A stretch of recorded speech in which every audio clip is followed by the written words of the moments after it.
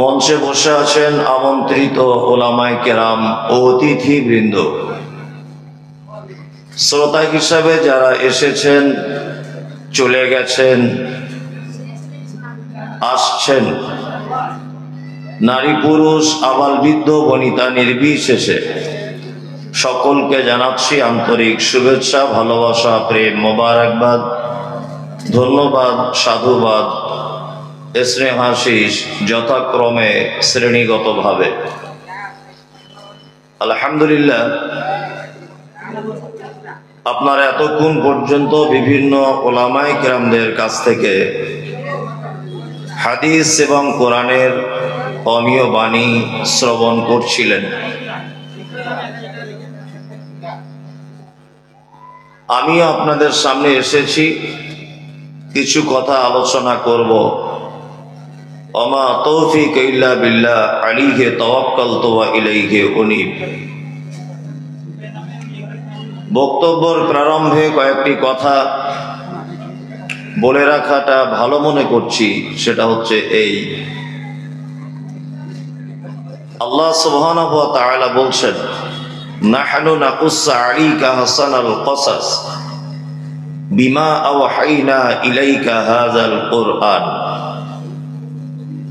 সারা পৃথিবীতে যত গদ্য পদ্য উপন্যাস কবিতা গল্প যা কিছু আমরা পড়ি বা শুনি, আল্লাহ সুবহানাহু ওয়া তাআলা বলছেন আমি পবিত্র কোরআনে উত্তম কথা, উত্তম উপন্যাস গল্প আমি আল্লাহ পবিত্র কোরআনে লিপিবদ্ধ করে দিয়েছি। মানে একটা মানুষ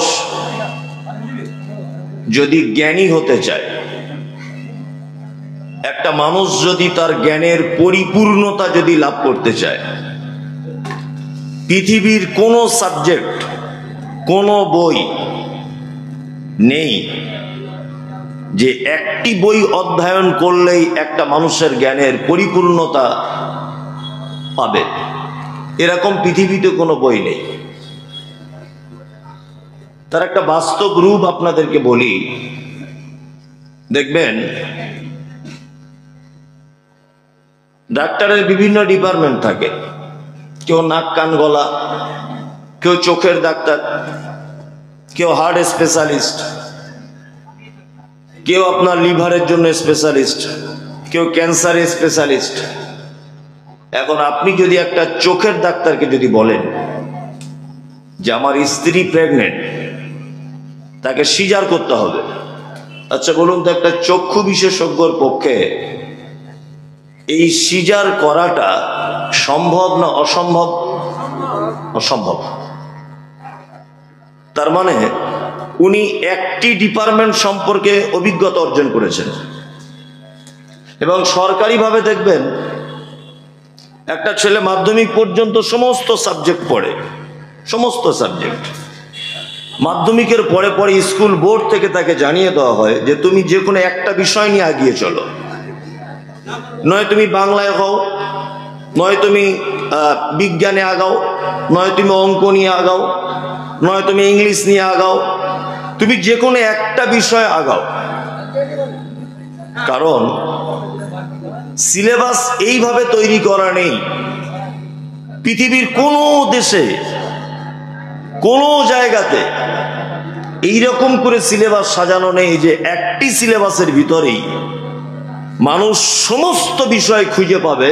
এরকম পৃথিবীতে কোনো বই নেই। একটি মাত্র কিতাব আছে, তার নাম পবিত্র আল কোরআন।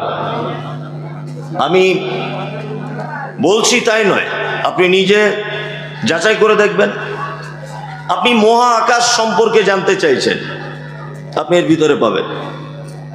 অর্থনৈতিক বিষয় আপনি জানতে চাইছেন, আপনি এর ভিতরে পাবেন। আপনি রাজনৈতিক বিষয় খুঁজছেন, এর ভিতরে আপনি পাবেন। পারিবারিক নীতির ব্যাপারে আপনার বিশেষ প্রয়োজন, আপনি এই কিতাবের ছত্র ছায়াতে আসুন, ইনশাআল্লাহ আপনার সমস্যা মিটে যাবে। আজকে বড় আনন্দিত যে আন্দোলবেড়িয়া গ্রামের মানুষ সুন্দর একটি প্রতিষ্ঠান করে দুজন পবিত্র কোরআনের হাফেজকে এখান থেকে বার করতে পেরেছেন। এর থেকে বড় পাওনা আর কিছু নেই।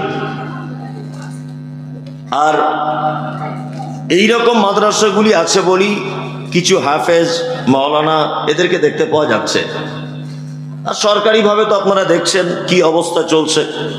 কিছুদিন আগে কলকাতার একজন খুব উচ্চ শিক্ষিত মানুষ, এই আজ থেকে 1 মাস আগে, আমি তখন উমরাতে ছিলাম, উনি সোশ্যাল মিডিয়াতে এসে বলছেন যে সরকারের কাছে আমার বিনীত অনুরোধ যে মাদ্রাসা শিক্ষা ব্যবস্থাতে আরবি সিলেবাসটা তুলে দেওয়া হোক। কারণ না পশ্চিম বাংলাতে কোনো ভ্যাকান্সি নেই, আরবি এদেশে চলে না, বিদেশের ভাষা, এটা মাদ্রাসায় পড়িয়ে লাভ নেই। ঠিক রণকৌশল ভাবে কিন্তু আমরা বুঝতে পারছি না, আমরা ভাবছি হয়তো অল্প কিছু টাকা পয়সা পাচ্ছি, এই জন্য ব্যাপার বুঝতে পারছি না বা এখন মালুম হচ্ছে না। আজ থেকে 10 বছর আগে সারা পশ্চিম বাংলায় যত মাদ্রাসা ছিল, হাই বা সিনিয়র, এই সমস্ত মাদ্রাসাগুলিতে মুসলিম শিক্ষক ছাড়া অন্য কোনো শিক্ষক নিয়োগ করা হতো না। আজকে পশ্চিম বাংলার মাদ্রাসাগুলিতে খোঁজ নিয়ে দেখুন, যদি 20টা শিক্ষক থাকে মাদ্রাসায়, 5 জন মুসলিম টিকে আছে, 15 জন অন্য লোক আছে। মানে আস্তে আস্তে আরবিটাকে তুলে দেওয়ার পরিকল্পনা করছে। তা আমি রাজনৈতিক নেতার এই বক্তব্যটা যখন শুনলাম, মনে মনে ভাবছি যে কেউ কিছু বলে না কেন। আমি তখন মক্কাতে আছি, তা কেউ কিছু বলছে না কেন? একে তো কিছু বলা দরকার। আমি বাড়ি চলে এসে আমি আস্তে আস্তে বলাটা শুরু করছি, যেটা বলতে হবে, মুসলিমদেরকে জানাতে হবে ব্যাপারটা কি। সত্যি কি আরবি বিদেশের ভাষা বলে এখানে মাদ্রাসায় পড়ানো যাবে না? আপনারা জানেন যে স্কুলে একটি সাবজেক্ট আছে, তার নাম সংস্কৃত, আছে না নেই? ওই কারা কারা জানেন? স্কুলে যারা পড়েন আছে তো? আছে। আপনার কাছে আমার জানতে ইচ্ছা করছে, সারা ভারতবর্ষে, সারা পশ্চিম বাংলার, সারা মুর্শিদাবাদ জেলার একটা গ্রাম, একটা পরিবার, একটা ব্যক্তিকে আপনি প্রমাণ করে দেখান যে এই লোকটা সারাদিন সংস্কৃত ভাষায় কথা বলে। একটাও নেই। সারা ভারতবর্ষের কোন অফিস আদালতে, কোন ডিপার্টমেন্টে সংস্কৃত ভাষায় কথোপকথন করে অফিসাররা নিজেরা, বা কাস্টমার, দোকানদার, অফিসের কর্মকর্তা এবং প্রয়োজনে যিনি যান, একজনকে আপনি প্রমাণ করুন যে সারা পশ্চিম বাংলাতে এই পরিবারটা সংস্কৃত ভাষায় সারাদিন কথা বলে। একটা পরিবার নেই। পৃথিবী এই ভাষাটা অন্য কোন দেশে চলে, এটা আপনি প্রমাণ করতে পারবেন না। কোন দেশে ভাষার অস্তিত্ব নেই। অথচ এই ভাষাটা নিয়ে একটা ছাত্র MA করছে, একটা ছাত্র ডিগ্রি করছে, একটা ছাত্র স্কুলে পড়াশুনো করা হচ্ছে, এই ডিপার্টমেন্টে চাকরি দেওয়া হচ্ছে, মানে এই সাবজেক্টের উপরে মাস্টার রাখা হচ্ছে। কেন? অথচ আপনার হয়তো জানা আছে কি জানি না, সারা পৃথিবীতে 53টি মুসলিম কান্ট্রি আছে। সরকারিভাবে ঘোষিত মুসলিম দেশ কটি? 53টি। এর ভিতরে 23টি দেশ আছে যে দেশের মানুষ রাষ্ট্রীয়ভাবে ঘোষণা করা হয়েছে আরবিতে কথা বলে। কটি দেশে? 23টি দেশে আরবিতে কথা বলে মানুষ। এখন আমি ধরে নিলাম, আমি যুক্তি তর্কের খাতিরে ধরে নিলাম যে মুসলমানদের মাদ্রাসায় আরবি শিক্ষা তুলে দিতে হবে, এটা বিদেশের ভাষা। হ্যাঁ ঠিক আছে, বিদেশের ভাষা তুলে দিতে হবে, ঠিক আছে। পশ্চিম বাংলায় যা চাকরির অবস্থা, তাতে করে আমাদের ছেলেরা উচ্চ শিক্ষায় শিক্ষিত হয়ে প্রবাসী বিভিন্ন কোম্পানিতে কাজে যাচ্ছে, যাচ্ছে না? যাচ্ছে। একটা ছেলে যদি আরবিকে MA করে, একটা ছেলে যদি আরবিকে যদি ডিগ্রি করে, তাহলে আমি বলবো পৃথিবী 23টা দেশের যে কোনো ডিপার্টমেন্টে ও চাকরি করার ক্ষমতা রাখে, যে কোনো দেশে। কিন্তু একটা ছেলে সংস্কৃত এমএ পাস করেছে, পৃথিবীর একটা কোনো দরজা তার জন্য খোলা নেই, সমস্ত দরজা বন্ধ। তার মানে এটা তুলে দিতে হবে। তার একটা কারণ হচ্ছে এই ভাষাটার উপরে চুলকানি আছে। তুমি সেটা বলো, তুমি সেটা বলো যে আমার একটু চুলকানি আছে এই ভাষাটাতে। বিদেশের ভাষা বলে আখ্যায়িত করার কি দরকার? বরং এখন বেশি করে আরবিতে যোগ দিতে হবে ছাত্রদের, কারণ নেতা মন্ত্রী তোমাদের টাকা বেশি দুবাইয়ের ব্যাংকে রাখতে হবে, কারণ দুবাইয়ে তো আরবি চলে, তোমাদেরই কাজে লাগবে। আলহামদুলিল্লাহ, আমি সেই কিতাব পবিত্র আল কোরআন থেকে আপনাদের সামনে তেলাওয়াত করেছি সূরা আল ইমরানের 31 নম্বর আয়াত। আমি একটা করে বলবো, ভাঙাচুরো গলায়, অত বেশি চিল্লামিল্লি করব না। আর সত্যি কথা বলতে, আমি ওটার আগে শাইখুল হাদিস তিনি যে কথা বলেছেন, আসলে আমি অতটা জ্ঞানী লোক নয়, মানুষ যেটা ভাবে।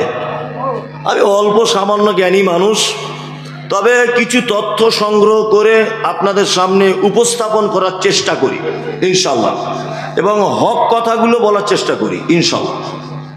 আজকেও আমি কিছু হক কথা বলবো, চরম হক কথা। যদিও আমাকে বলে দেওয়া হয়েছে আগে থেকেই, এইটা একটু বলবেন না, এটা একটু বলবেন, এটা থেকে একটু এড়িয়ে থাকবেন, এগুলো আমার মগজ ধোলাই করা হয়েছে।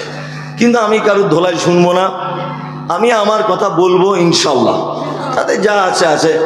কেন আপনি তো জানেন যে আমি এরকম বক্তব্য রাখি, তাহলে আমার আনাটাই ভুল হয়েছে আপনার। সব থেকে বড় কথা হচ্ছে এই। যাই হোক, আমার বক্তব্যের বিষয় হচ্ছে ইত্তেবায়ে রাসূল ও মুহাব্বতে রাসূল। মানে ইত্তেবা করতে হবে মুহাম্মদ সাল্লাল্লাহু আলাইহি ওয়াসাল্লামকে, আর ভালোবাসতে হবে কাকে? মুহাম্মদ সাল্লাল্লাহু আলাইহি ওয়াসাল্লামকে। এই দুটি বিষয়ে আমার কথা হবে।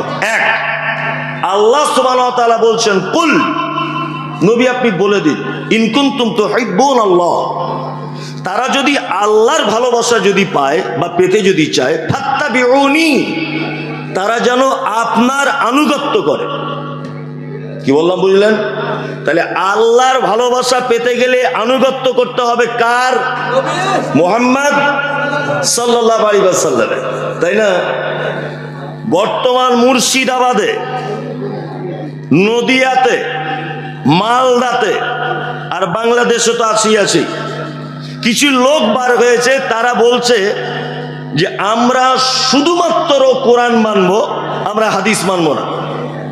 এরকম লোক আছে না? কিছু লোক সোশ্যাল মিডিয়ায় দেখা যাচ্ছে, তাদের দাবি আমরা শুধু কোরআন মানবো, আমরা হাদিস মানবো না। এর পাক্কা শয়তানেরা নিজেকে আহলে কোরআন বলে দাবি করছে যে আমরা আহলে কোরআন, শুধু কোরআন মানবো, আমরা হাদিস মানবো না, তাদের এটা দাবি। আপনাকে একটা কথা আমি যুক্তিপূর্ণ বলছি, দেখুন তো, এই আপনার একটু আস্তে আস্তে কথা বলুন, একটু যুক্তিপূর্ণ একটা কথা বলছি, শুনে নেন। আচ্ছা বলুন, আমাদের রব কে? আল্লাহ। আমাদের অভিভাবক কে? আল্লাহ। আমি মুমতাজুল ইসলাম, আমি একজন শিক্ষক, খুব বোঝার চেষ্টা করুন, আমি একজন শিক্ষক। আমি আব্দুল আখের ভাইকে পাঠিয়েছি লালগোলাতে, ওনার সঙ্গে অনেকদিন আগেকার পরিচিত, উনি তো আপনাদের এলাকায় এসেছেন কয়েকদিন। আমি সেই বক্তার জগতে যখন ছোট থেকে বক্তব্য রাখি লালগোলা এলাকায়, তখন থেকে উনি আমার জলসার সভাপতি, আলহামদুলিল্লাহ। তা আমি ওনাকে লালগোলায় পাঠালাম। কার কাছে পাঠালাম? সেই ব্যক্তির ব্যাপারে ওনাকে পরিচিতও দিয়ে দিলাম, যে লোকটার নাম আব্দুল্লাহ। তুমি ভাই, আমি তুমি বলে বোঝানোর জন্য বলছি, আপনি বলছি না, এখানে খুব আপনজন ভেবে বলছি। তুমি ভাই আস্তে আস্তে করে যাবে, গিয়ে, আমি যদিও শিক্ষক, উনি ছাত্র, ওই জন্য তুমি বলছি, তা তুমি এখানে আস্তে আস্তে করে যাবে লালগোলায়।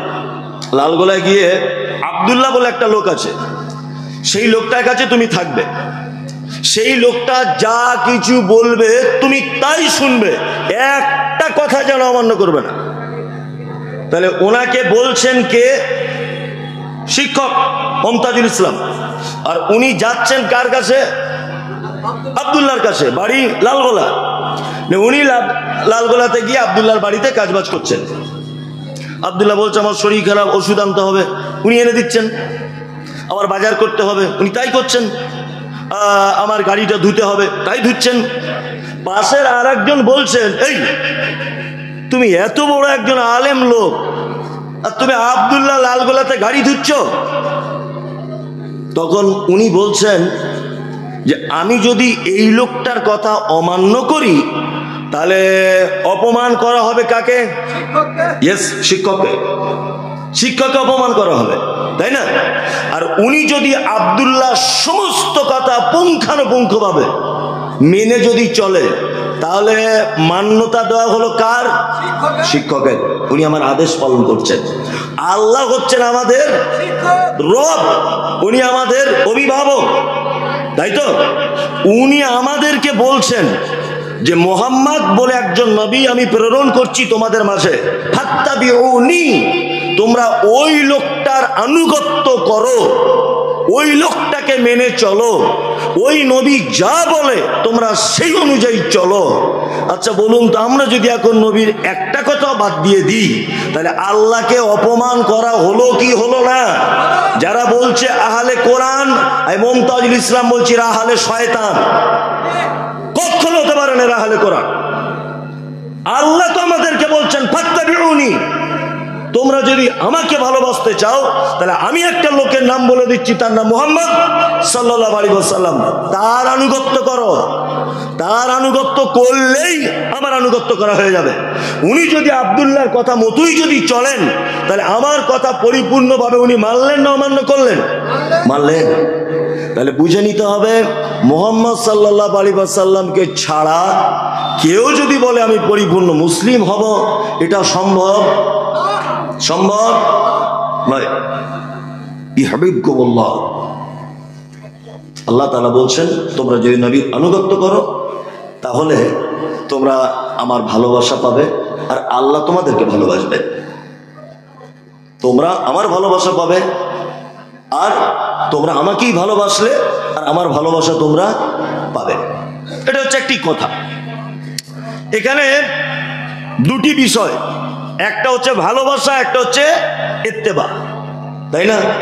আচ্ছা বলুন তো, কোনো মুসলিম যদি বলে যে আমি মুহাম্মদ সাল্লাল্লাহু আলাইহি ওয়াসাল্লামকে ভালোবাসি, এত ভালোবাসি এত ভালোবাসি, মুহররমের দিনে বাড়িতে থাকতে পারি না, মুহররমের দিন বড় পাগড়ি বেঁধে আল্লাহ ইলাহা ইল্লাল্লাহর বিশাল একটা ফ্ল্যাগ নিয়ে রাস্তায় বেরিয়ে পড়েছি, আমি মুহাম্মদকে ভালোবাসি কিন্তু নামাজ পড়ি না, ভালো করে বুঝুন, কিন্তু আমি নামাজ পড়ি না। আচ্ছা বলুন তো, এই লোকটা জান্নাত যেতে পারবে? পারবে না। আমি তো মুমতাজুল ইসলাম মনে করি এখন যদি এইখানে যদি কোনো মানুষ বলে যে মুহাম্মদ সাল্লাল্লাহু আলাইহি ওয়াসাল্লাম মিথ্যুক, নাউজুবিল্লাহ, যদি এটা যদি কেউ বলে মুহাম্মদ সাল্লাল্লাহু আলাইহি ওয়াসাল্লাম চোর, নাউজুবিল্লাহ, এটা যদি কেউ বলে এইখানে, আচ্ছা বলুন তো সে বেঁচে বাড়ি যেতে পারবে? পারবে? নামাজি বেনামাজি হারামখোর চিটিংবাজ 2 নম্বরই ইমানদার নামাজি মুয়াজ্জিন ইমাম হাফেজ মাওলানা নবীর বিরুদ্ধে কথা বললে কারা কারা গিয়ে থাকবেন? ইনশাআল্লাহ সবাই, সবাই ইনশাআল্লাহ সবাই। দেখবেন এখানে যারা হাত তুলেছে কেউ নামাজ পড়ে না, কেউ বিড়ি টানে, কেউ গাঁজা খায়, কেউ জমি চুরি করেছে বুনের, কেউ ঘরের টাকা মেরে খেয়েছে, এসব ইত্যাদি লোক আছে না নেই? কিন্তু সবাই হাত তুলেছে। তুলেছে কি তোলেনি? শোনো, নবীকে ভালোবেসে যদি জান্নাত যাওয়া যেত তাহলে সর্বপ্রথম জান্নাতুল ফেরদাউসে পৌঁছে যেতেন মুহাম্মদ সাল্লাল্লাহু আলাইহি ওয়াসাল্লামের আপন চাচা, নাম তার আবু তালিব। এই জায়গাটা কত ইম্পর্টেন্ট আপনার মাথায় ঢুকছে কি বলতে পারছি না। এই দেখুন, আল্লাহ নবী সাল্লাল্লাহু আলাইহি ওয়াসাল্লামের চাচা আবু তালিব ইসলামের ইতিহাসে কোন বইয়ের একেবারে শেষ পাতাতেও আপনি দেখতে পারবেন না যে মুহাম্মদ সাল্লাল্লাহু আলাইহি ওয়াসাল্লামের কখনো তিনি বিরুদ্ধচারণ করেছেন, কখনো বিরুদ্ধচারণ করেননি। বরং বেঈমান মুশরিকেরা যখন মারতে এসেছে, চাচা প্রাচীরের মতো দাঁড়িয়ে গিয়ে বলেছে, তোমরা আমার ভাতিজার দিন কবুল করতে না পারো, আমি চাচা আবু তালেব বেঁচে থাকা অবস্থায় ওর গায়ে হাত দিলে চামড়া ফাটিয়ে দেবো। অটোমেটিক প্রাচীরের মতো গার্ড করেছেন, আমার ভাতিজা মুহাম্মদ সাল্লাল্লাহু আলাইহি ওয়াসাল্লামকে মারতে পারবে না। চাচা অসুস্থ, অসুস্থ, চলে যাচ্ছেন পৃথিবী ছেড়ে, চলে যাচ্ছেন। আল্লাহ নবী সাল্লাল্লাহু আলাইহি ওয়াসাল্লাম গিয়ে বলছেন, চাচা একবার তুমি শুধু কলেমাটা বলে দাও, একবার। চাচা ভাতিজা কথা চলছে, এই সময় বেঈমানদের বিভিন্ন লোক চলে এলো, এসে বলছে, আবু তালিব, সারা জীবন তুমি 360টা দেবদেবীর পূজা অর্চনা করলে, আর মরে যাওয়ার সময়তে ভাতিজার দিন কবুল করবে? এ কেমন কথা? কথোপকথন হতে হতে এক সময় চাচার টাইম শেষ। আল্লাহ নবী সাল্লাল্লাহু আলাইহি ওয়াসাল্লাম নিজের জবানে বলছেন, আমার চাচাকে জাহান্নামের সব থেকে হালকা আযাব দেওয়া হবে। কি না, আগুনের দুটো জুতো পরিয়ে দেওয়া হবে। তার তাপের কারণে আমার চাচার মাথার মগজ টকবক টকবক টকবক করে ফুটবে। মুহাম্মদ সাল্লাল্লাহু আলাইহি ওয়াসাল্লামকে ভালোবাসতেন না বাসতেন না? বাসতেন। তার মানে শুধু মৌখিক ভালোবেসে জান্নাতে যাওয়া যাবে না। মুহাম্মদ সাল্লাল্লাহু আলাইহি ওয়াসাল্লামের আনিত দিন যতক্ষণ না একটা মানুষ পরিপূর্ণভাবে মান্যতা দিতে না পেরেছে, ততক্ষণ পর্যন্ত ওই লোকের নসিবে জান্নাত নেই। অসম্ভব ব্যাপার, অসম্ভব ব্যাপার।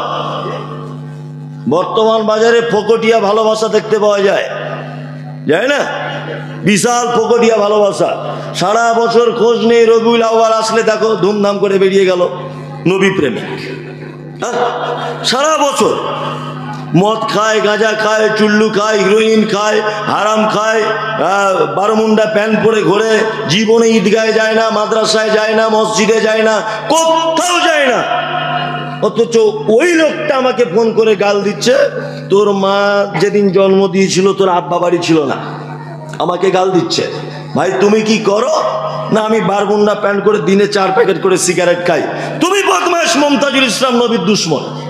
আমি দুশ্মন তুমি বুঝলে কি করে? বলছি তুমি বলেছো 12 রবিউল আউয়াল বেদাত, এই জন্য বুঝেছি তুমি বদমাশ মৌলভী সাহেব। মানে কি? মৌখিক ভালোবাসা। আচ্ছা, এই ভালোবাসা দিয়ে জান্নাত যাওয়া যাবে? যাবে?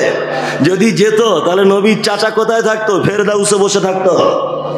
তার মানে মুহাম্মদ সাল্লাল্লাহু আলাইহি ওয়াসাল্লামের আনিত দিন ছাড়া কোন মানুষ জান্নাত যেতে পারবে না। আমরা কতটা ভালোবাসি, আমরা নবীকে কতটা ভালোবাসি। এই দেখুন, আপনাকে আজকে কয়েকটা চমৎকার আমি ঘটনা শোনাচ্ছি, খুব মন দিয়ে শুনুন।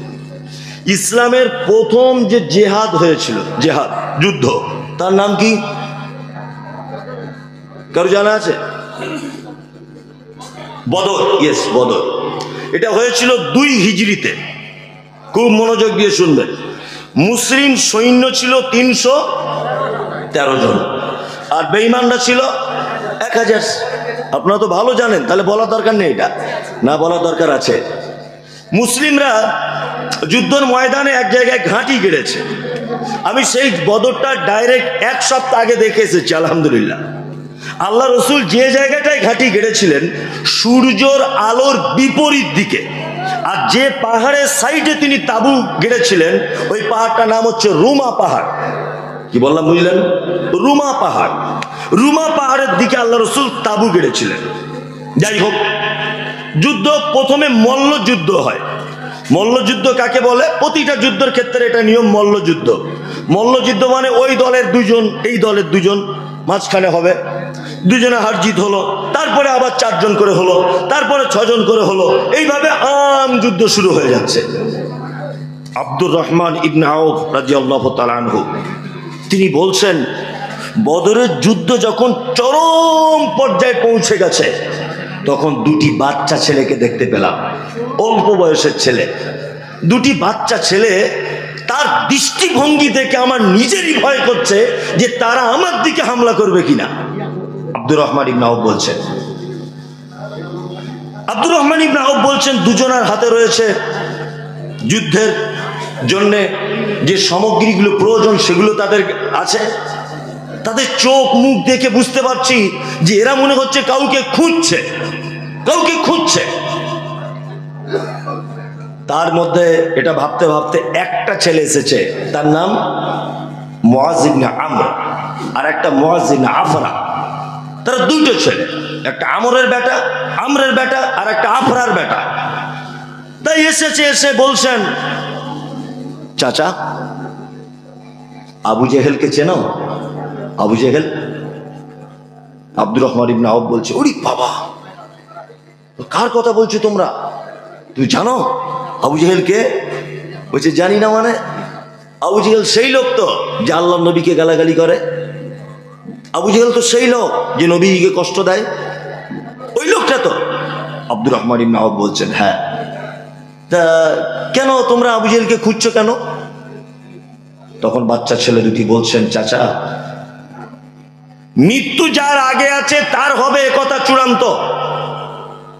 যদি আমার মৃত্যু আগে হয় তাহলে আগে হবে, আর যদি আবু জেহেলের মৃত্যু আগে হয় তাহলে আমরা আবু জেহেলকে পৃথিবী থেকে সরিয়ে দিব, তারপরে আমাদের অন্য কাজ। আপনি শুধু বলুন আবু জেহেলকে, আপনি একবার বলুন তো।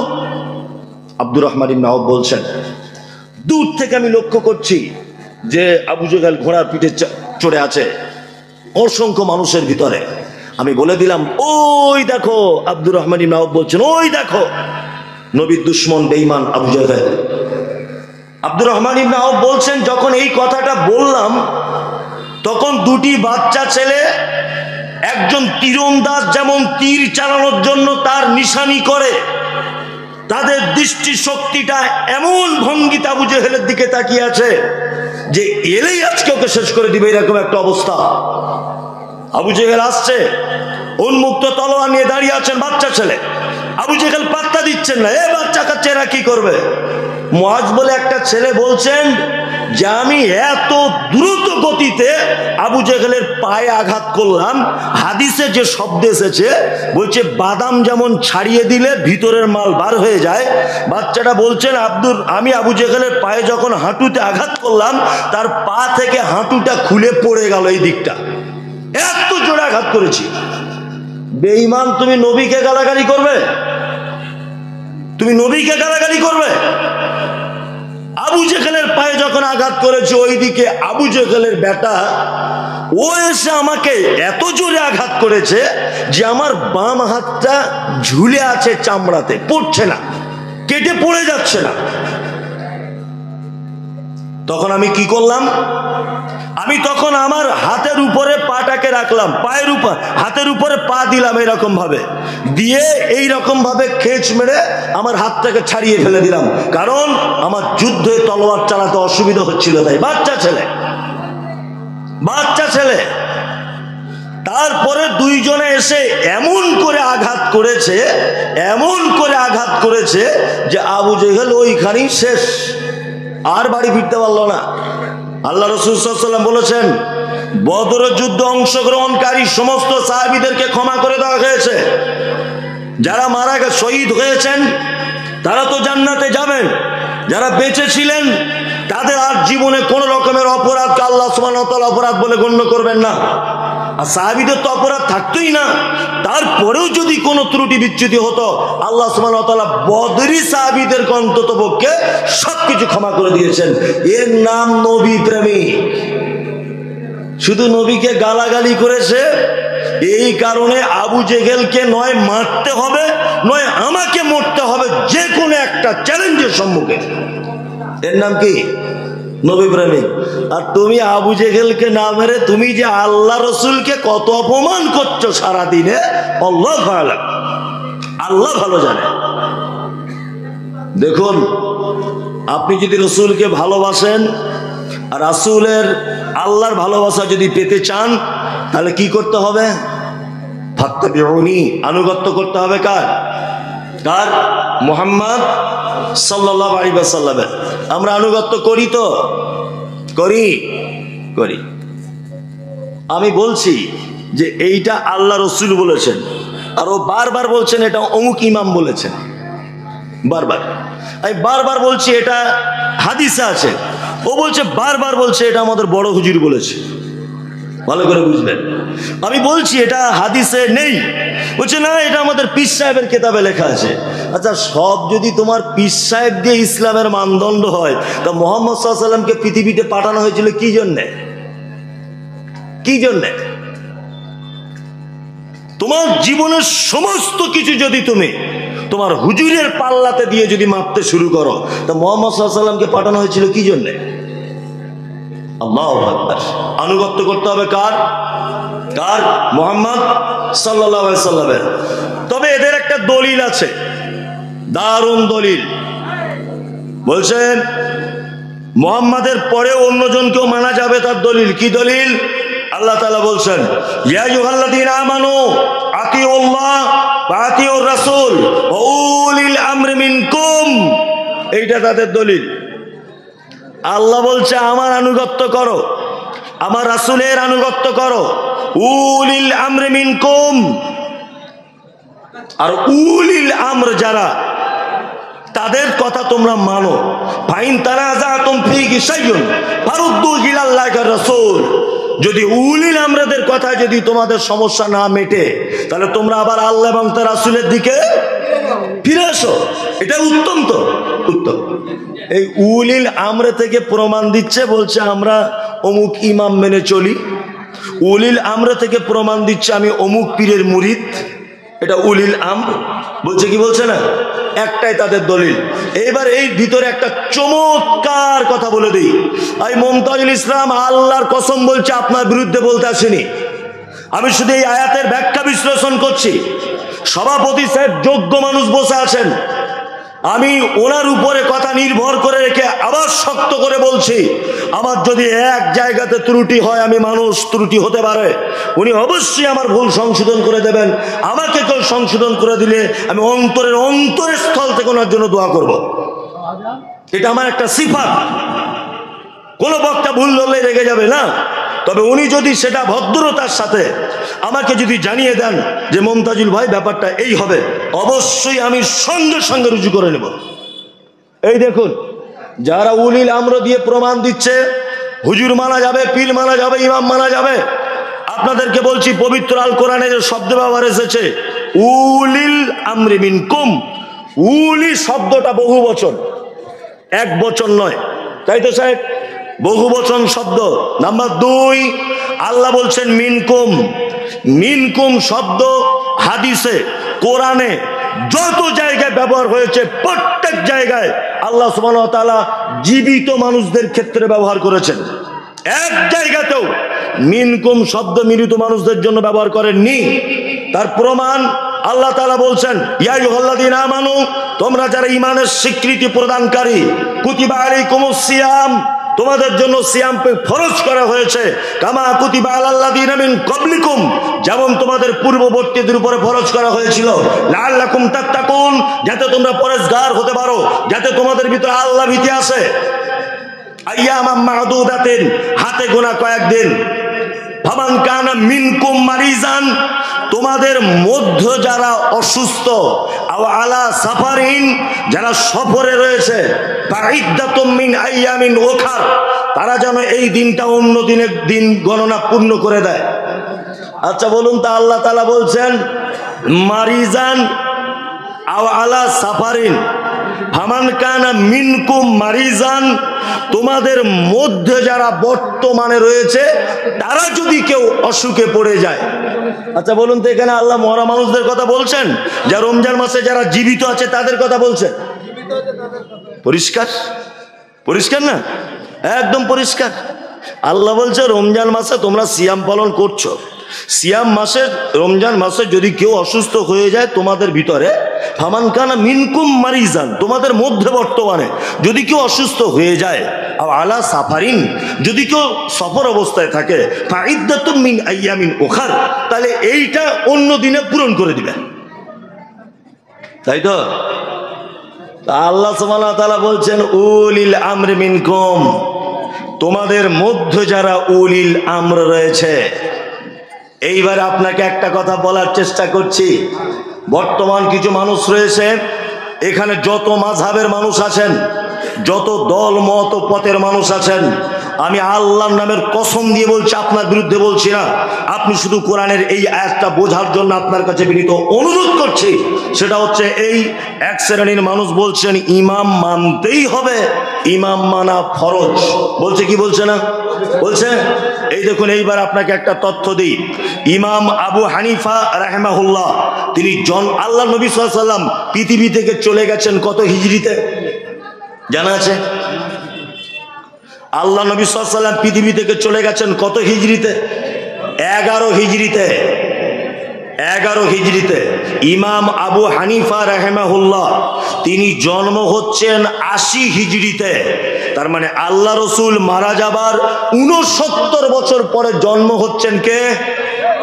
ইমাম আবু হানিফা। নিশ্চয়ই তিনি মায়ের পেট থেকে বার হয়েই ইমাম হননি। যুক্তি তর্কর খাতিরে ধরে নিলাম যে তিনি ১০ বছর বয়স ইমাম হয়েছেন, ধরে নিলাম। তাহলে আল্লাহ রসুল মারা যাবার কত বছর পরে তিনি ইমাম হলেন বলুন? ৭৯ বছর পরে। ১৫০ হিজরিতে তিনি মারা গেলেন। ১৫০ হিজরিতে ইমাম শাফির জন্ম। এইভাবে ৩৬০ হিজরির ভিতরে সমস্ত আইম্মায়ে কেরাম চলে গেছেন। তখনও পর্যন্ত কোনো মাযহাব ছিল না, তখনও পর্যন্ত কোনো দল ছিল না। তারও ১৫০ বছর পরে মাযহাবের জন্ম হয়েছে। তার মানে মুহাম্মদ সাল্লাল্লাহু আলাইহি ওয়াসাল্লাম মারা যাবার ৪৫০ বছর পরে কম বেশি মাযহাবের জন্ম হয়েছে। যারা বলছে মাযহাব মানা ফরজ, আপনার কাছে এটা আমার জানতে ইচ্ছা করছে, মুহাম্মদ সাল্লাল্লাহু আলাইহি ওয়াসাল্লাম পৃথিবী থেকে চলে যাবার আর আবু হানিফা ইমাম হবার মাঝখানে ৭৯ বছরের মানুষগুলো কোন ইমামকে মেনে চলতে, এটা আপনার কাছে জানতে ইচ্ছা করছে আমার। ২ ৩৬০ হিজরির ভিতরে পৃথিবীর কোন চটি বই আপনি দেখাতে পারবেন না যে ৩৬০ হিজরির পরে আর কোন আইম্মায়ে কেরামগণ ছিলেন। ৩৬০ হিজরির ভিতরে ইমাম আবু হানিফা, ইমাম শাফি, ইমাম মালিক, ইমাম আহমদ বিন হাম্বল সমস্ত ইমামগণ ৩৬০ হিজরির ভিতরে চলে গেছেন পৃথিবী ছেড়ে। তখনও পর্যন্ত কোনো মাযহাব হয়নি। ৩৬০ থেকে ৪৫০ এই ১৫০ বছরের ব্যবধানের মানুষগুলো কাকে মেনে চলতো? তারা কি তাহলে জান্নাত যেতে পারবে না? পারবে না? ওই জন্য আমরা কথা বলি যে আমরা নির্দিষ্ট কাউকে মেনে চলতে পারবো না। অবশ্যই ইমাম শাফি রাহিমাহুল্লাহর কথা মুহাম্মদ সাল্লাল্লাহু আলাইহি ওয়াসাল্লামের কথার সঙ্গে যদি মিলে যায়, ইমাম আবু হানিফার কথা মুহাম্মদ সাল্লাল্লাহু আলাইহি ওয়াসাল্লামের কথার সঙ্গে যদি মিলে যায়, ইমাম মালিকের কথা মুহাম্মদ সাল্লাল্লাহু আলাইহি ওয়াসাল্লামের কথার সঙ্গে যদি মিলে যায়, ইমাম আহমদ বিন হাম্বলের কথা যদি মুহাম্মদ সাল্লাল্লাহু আলাইহি ওয়াসাল্লামের কথার সঙ্গে মিলে যায়, আরে আমি মুমতাজুল ইসলাম দূরের কথা, শাইখুল হাদিস দূরের কথা, একজন মুসলিম হিসাবে সে মানতে বাধ্য যদি মুহাম্মদ সাল্লাল্লাহু আলাইহি ওয়াসাল্লামের কথার সঙ্গে মিলে যায়। ওই জন্য আমরাই তো ঠিক কথা বলছি, উলি শব্দ বহু বচন, মানতে গেলে সবাইকেই মানো। তুমি একজনকে ধরে বসে আছো কেন? তুমি একজনকে কেন ধরে বসে আছো? খুব সাবধান। বারবার আমরা বলছি, একাধিকবার বলছি যে এটা আল্লাহ নবী সাল্লাল্লাহু আলাইহি ওয়াসাল্লাম বলেছেন, আর ও বারবার বলছে এটা মুহাম্মদ সাল্লাল্লাহু আলাইহি ওয়াসাল্লাম বলেছেন, ওটা অমুক হুজুর বলেছেন। এই কেমন ধরনের কথা? আস্তাগফিরুল্লাহ। আল্লাহ সুবহানাহু ওয়া তাআলা বলছেন, ওমা আতাকুমুর রাসূল ফাখুযুহু ওমা নাহাকুম আনহু ফান্তাহু। আমার নবী যেটা দেয় সেটা গ্রহণ করো, আমার নবী যেটা নিষেধ করে তোমরা তার থেকে কি দূরে সরে এসো।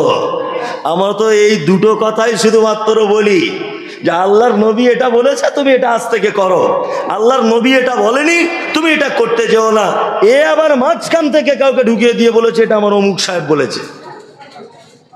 আশ্চর্য ব্যাপার, আসলে ব্যাপার নয়, আসলে ব্যাপার। আনুগত্য করতে হবে কার? মুহাম্মদ সাল্লাল্লাহু আলাইহি ওয়াসাল্লামের। আল্লাহ নবী সাল্লাল্লাহু আলাইহি ওয়াসাল্লামের আনুগত্য না করলে পৃথিবীতে বিপদ অনিবার্য। আসবে কি আসবে না? আসবে। এই দেখুন, আপনাদেরকে একটা যুক্তি তর্ক দিয়ে কথা বলি। এক কথাটা অনেক জায়গায় বলেছি, আজকে মুসলিমদের উপরে এত অত্যাচার, অনাচার, অবিচার কেন জানেন তো? তার একটি মাত্র কারণ। এর জন্য দায়ীকে আপনারা নিজেরা বিচার করবেন কারা দায়ী। এক, আপনাদের এই রোড দিয়ে একটা সাইকেল যাচ্ছিল, একটা মোটর সাইকেলের সাথে সাইকেলটা অ্যাক্সিডেন্ট হয়েছে। আচ্ছা বলুন তো, সব লোক দোষ দেবে কোন গাড়িওয়ালার? মোটর সাইকেলওয়ালার। কেন বলুন তো? দামি গাড়ি, স্পিডে যায়, দাম বেশি। দোষ অথচ সাইকেলওয়ালার, কিন্তু দেবে সবাই মোটর সাইকেলওয়ালার, তাই না? এবার একটা মোটর সাইকেল যাচ্ছিল, ট্র্যাকের সাথে অ্যাক্সিডেন্ট হয়েছে, বলুন দোষ কার দিবে? ট্র্যাক্টরের। যে তুই রাস্তা জুড়ে যাচ্ছিলিস, একটা মোটর সাইকেল সাইড দিতে পারলি না, অথচ দোষ মোটর সাইকেলওয়ালার। কি বললাম বুঝলেন না? দুই, এখন ওই ট্র্যাক্টরটা এদিকে যেতে যেতে হাজারদুয়ারি এক্সপ্রেসের সাথে রেল গেটে অ্যাক্সিডেন্ট করেছে। বলুন এবার কোন গাড়িওয়ালার দোষ? কেন এতক্ষণ আপনি যার গাড়ি বড় তার দোষ দিচ্ছিলেন, এখন দোষ কার? হ্যাঁ, ট্রেনের দোষ কার? ট্র্যাক্টরের দোষ? হাজারদুয়ারি এক্সপ্রেসের ড্রাইভার দরজা খুলে বলবে, এই বেটা বিয়াদব, আমি আমার রাস্তাতে চলছি, তুই কেন আমার রাস্তায় ঢুকলি বল? কি বললাম বুঝতে পারলেন না? তার মানে বুঝতে পারা যায় যে রাস্তা ভুল করলে বিপদ হবে। আমি মমতাজুল ইসলাম বাড়িতে একটা কুকুর পোষেছি, প্রতিদিন তাকে বিরিয়ানি খাওয়াই, প্রতিদিন তাকে গোস্ত খাওয়াই। আমার কুকুর একদিন ভুল করে আপনার দরজা ঢুকেছে, বলুন তো বিরিয়ানি দিবেন না ঝাঁটার বাড়ি চালাবেন? ঝাঁটার বাড়ি চালাবেন। তুই ওর কুকুর আমার বাড়িতে এলি কেন? আজকে সারা ভারতবর্ষ নয়, সারা পৃথিবীতে মুসলিমদের উপরে যত বিপদ, সেই বিপদের একটি মাত্র কারণ যে মুহাম্মদ সাল্লাল্লাহু আলাইহি ওয়াসাল্লামের রাস্তা বাদ দিয়ে আমরা অন্য রাস্তায় গাড়ি ব্যাক করে দিয়েছি জান্নাতে যাওয়ার জন্য। এই জন্য আমাদের উপরে যত বিপদ। বুঝতে পারছেন তো কারা ব্যাক করেছে? হ্যাঁ, দারাকেলমান ইশারায় কাফিয়াস, আপনি বুঝে নেন। আমরা বারবার বলছি এই কাজ মুহাম্মদ সাল্লাল্লাহু আলাইহি ওয়াসাল্লাম বলেছেন, ও বারবার বলছে ওটা অমুক হুজুর বলেছে। যত বিপদ এই কারণে, আমি মনে করি এই কারণে যত বিপদ। বোঝাতে পেরেছি কথাটা? তাহলে আনুগত্য করতে হবে কার? মুহাম্মদ সাল্লাল্লাহু আলাইহি ওয়াসাল্লামের। চলুন, আনুগত্য এবং ভালোবাসা দুটি কথা বলছিলাম আমি। আবার প্রথমটা একটা, আবার দ্বিতীয়টা একটা বলি। ভালোবাসা, নবীজির প্রতি আমাদের ভালোবাসা আছে, আছে না? আছে। এবার একটা কথা বলি, ওই উহুদের যুদ্ধ হয়েছিল কত হিজরিতে জানা আছে? জেনে যান। 3 হিজরিতে। কত? 3। উহুদের যুদ্ধে কতজন সাহাবী শহীদ হয়েছিলেন? 70 জন। কতজন? 70 জন। আল্লাহ নবী সাল্লাল্লাহু আলাইহি ওয়াসাল্লাম যুদ্ধ শেষ করার পরে সাহাবীদেরকে বললেন যে তোমরা এই যারা মৃত্যুবরণ করেছে বা শহীদ হয়েছে এদেরকে তোমরা এক জায়গায় করো।